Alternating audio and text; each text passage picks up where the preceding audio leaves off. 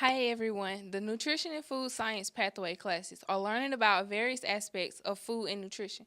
One area that we are learning about is more of reducing, reusing, and recycling items that we use when we are cooking. Today we are with Miss Pam Allgood with the Keep Elbert County Beautiful. Thank you so much for being here, Miss Allgood. We have some questions we'd like to ask. When was Keep Elbert County Beautiful founded? It was founded in 2013, so it's only 4 years old. Why is it important to keep Elbert County clean? Okay, first thing would be eye appeal. So if you did not live here in Elbert County and you were driving in and you saw a lot of trash on the roadsides and things didn't look very pretty, would you want to move here or be here? No. So that's one of the things. Another is economics. If we have businesses that are coming in to Elbert County and thinking about moving here and maybe bringing lots of people in, they're going to say, not so pretty. Let's move someplace else. And another thing, and especially with tires, if there's extra tires laying around that are not where they're supposed to be, uh, keeping the Elbert County clean can help decrease illness. You all have heard of the Zika virus. Well, that's mosquitoes that breed in tires that have water in them. So if we get rid of excess tires, we can keep the Zika virus down. Who are the founders of Keep Elbert County Beautiful? Okay, we have a whole list. We have a woman named Rita Harper, Betty Yetzina, Andrea Marlowe, who is now a teacher here in Elbert County, Chip Rousey, who was a county chairperson, V. McIntosh, Kevin Lewis, Emmett Harris, Bill Hood, Rick White, Patrick Hopp, Jack Schatz, and Lee Campbell. I've only been with Elbert County, Keep Elbert County Beautiful, for 2 years. What is the role of Keep Elbert County Beautiful? Okay, we're just like everybody else. We have a mission statement, and ours is to promote public interest in the general improvement of the environment of Elbert County. And basically, it's just try to increase citizen awareness of keeping, our county as nice looking as possible. When we are cooking, what are ways we can reduce? This is an easy one. Don't buy packaged foods. Cook things from scratch. If you don't have boxes and wrappings and different things that can't be recycled, that's a good way to reduce when you're cooking. Buying fresh fruits and vegetables, stuff like that. Just using real plates and cutlery instead of plastic or paper, using cloth napkins. I know that sounds kind of odd, but that really does save an awful lot of our landfills. What does recycle mean? Okay. Recycling is the process of converting waste materials such as drink bottles, things like that, into new materials. I've got a handout that I'm going to be giving your teacher, but it talks about different things that, like plastics, that like water bottles, or things like that. Those can be recycled into things like polar fleece, tote bags, furniture, carpet, paneling, and sometimes new containers. Tell us some items that we use when eating, drinking, and cooking that can be recycled and what items cannot. Okay. What can be recycled? I think I have more of what can't be recycled. But, of course, if you have plastic drink bottles, those can be recycled. Um, Things like straws cannot be recycled. You would think that they could be because they are plastic, but they're kind of get lost in the scheme of things. And that's something else that I read the other day is that we have over 500 tons of plastic straws that go into landfills and oceans every day. So that's an awful lot. So one of the things you could do to reduce that is just refuse using a plastic straw.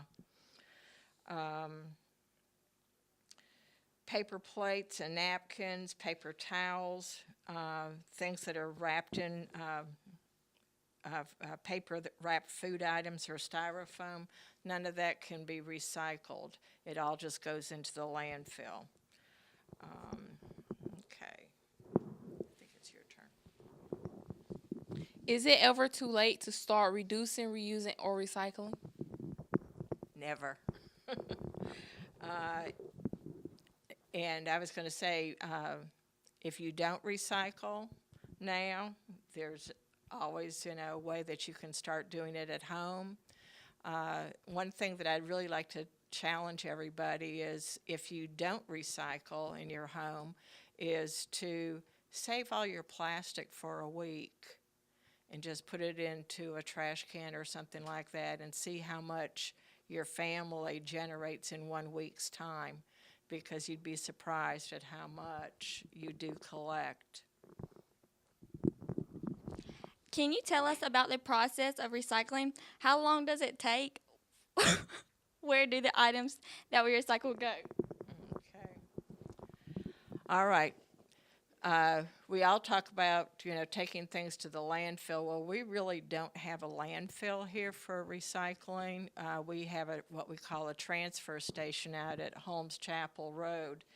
And all the items that are brought to it are eventually put into another vehicle and then taken to places in Atlanta, Athens, to recycle.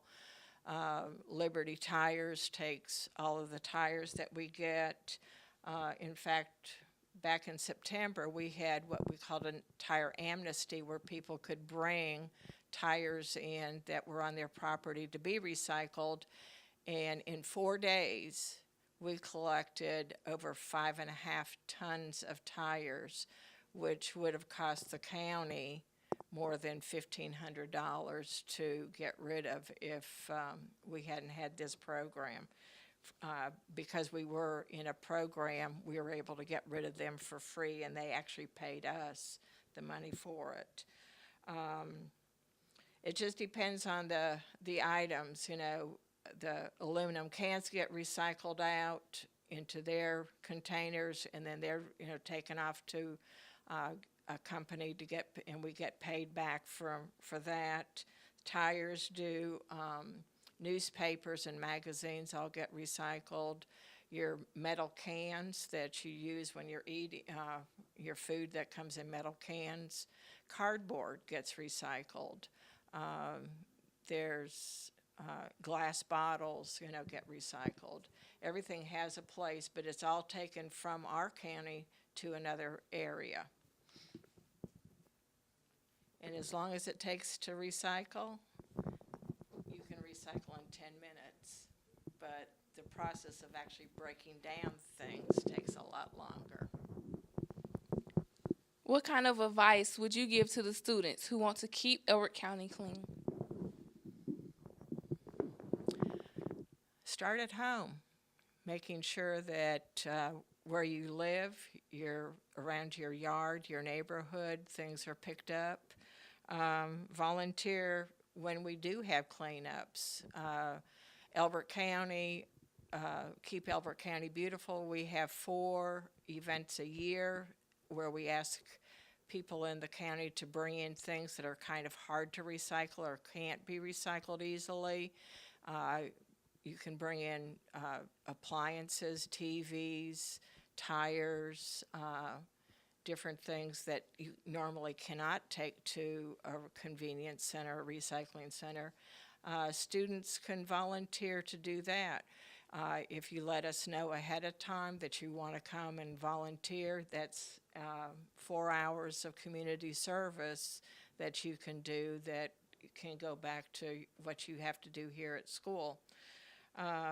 Getting your family to recycle if they don't already recycle. Organizing a community pickup day. If you would do that and let us know about it, we can provide you with the trash bags, and we can help you with organizing that. Usually when we have places, different organizations have adopted roads to pick up trash on. Typically in a 1 mile section of road, we pick up anywhere between 100 to 400 pounds of trash just in 1 mile. Is there any other information that you would feel would be beneficial for us to know about your organization or ways we can help Elbert County beautiful? Okay, if recycling isn't your idea of a lot of fun, or picking up litter along the roadways, we also do some plantings or at schools. We've done one this past weekend at Blackwell, Paul J. Blackwell Learning Center. We also help churches that need things, help with replanting things. Helping a family plant a garden, getting some practice with that sorts of things. When you take a walk in a park, if you go down to Sutton Park and walk, or do any of the walking trails out at Richard B. Russell or Bobby Brown Parks, pick up the trash that you see. It's just a way to keep it clean. Thank you so much for being with us today. We've learned a lot, and we hope that we all can help together to keep part of Elbert County beautiful.